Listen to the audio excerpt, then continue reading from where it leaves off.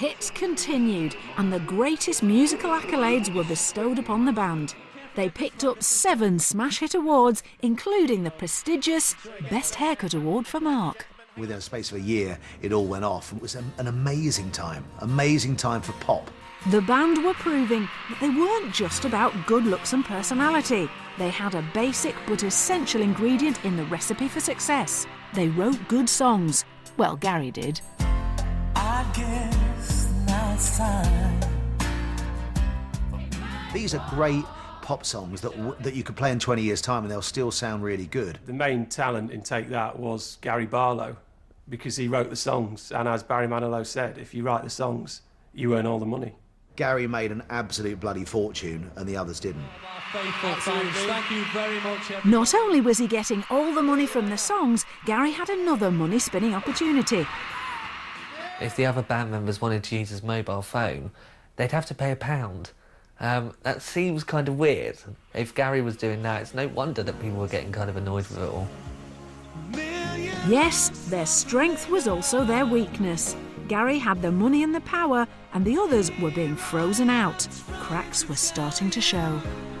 Even when I'm writing the songs, I'm thinking of who I'm writing it for. I'm writing for the band. What can Howard and Jason do visually to this? You always say that, and I do believe you. I reckon you just write the songs. And then it comes together. Do something with that. For Gary, Take That was the realisation of his dream to be a pop star. But after 3 years, the 18-year-old Robbie was starting to question his role in a boy band. He was into this very disciplined world very quickly. He doesn't like discipline in his life. He didn't like it at school. He felt very much stilted by the rules, if you like. Robbie wanted to be cool. You know, he didn't want to be in this boy band. No, he wanted to be in Oasis. And luckily, they had a part-time vacancy. Tambourine player on the side of the stage at Glastonbury. The outsider from Stoke was mixing with the wrong crowd. There's certain situations that Robbie got himself in, which weren't great. You really wouldn't want those to appear in the press. And the other 4 would look at me and say, what's he done this time? And I'm like, you really don't want to know. And they were quite heavy. There was a couple of times where, I think he's written about them in his book, where, you know, I was having to drag him out of bed and it wasn't great. You know, he was in bed for one reason, it was because he couldn't get up. I think you could argue that Robbie thought he was, you know, way too cool for Take That, but then again, you don't have to be that cool to be too cool for Take That, so I'm not surprised he left. What they found was quite frustrating, that he wasn't enjoying it, that he wanted to leave the party, and he kept joking about leaving the band. Dear Robbie, you are the best in show business. You are the best personality and celebrity that ever been. Leave Take That. No, it says, leave it does. It says, leave Take That and become a solo artist because I'm sure you could be. I'm sure you could be. I'm sure you could be the next George Michael. 5 years after joining, Robbie wasn't joking anymore. We're all sat on the lawn and Robbie's words were, you aren't going to tell me what to do anymore. I'm not Robbie from Take That, I'm Robert from Stoke. So Robert from Stoke was gone, but there were still 4 left. Everything would be all right, wouldn't it? Fortunately, the rumours are true, and from today, there's no more. The world was in mourning. Even the normally unflappable Germans were gutted. See? All of a sudden, it just stopped dead. And it must have been quite a shocker, to be honest. Together, Take That had been pop's perfect machine. Now they were a collection of spare parts in need of a new direction. Solo careers, anyone? The smart money was on Gary to succeed. Gary had a lot of confidence in what he did, but it's very different being a solo artist than being in a band. Unless I have a huge hit, people see it as failure almost.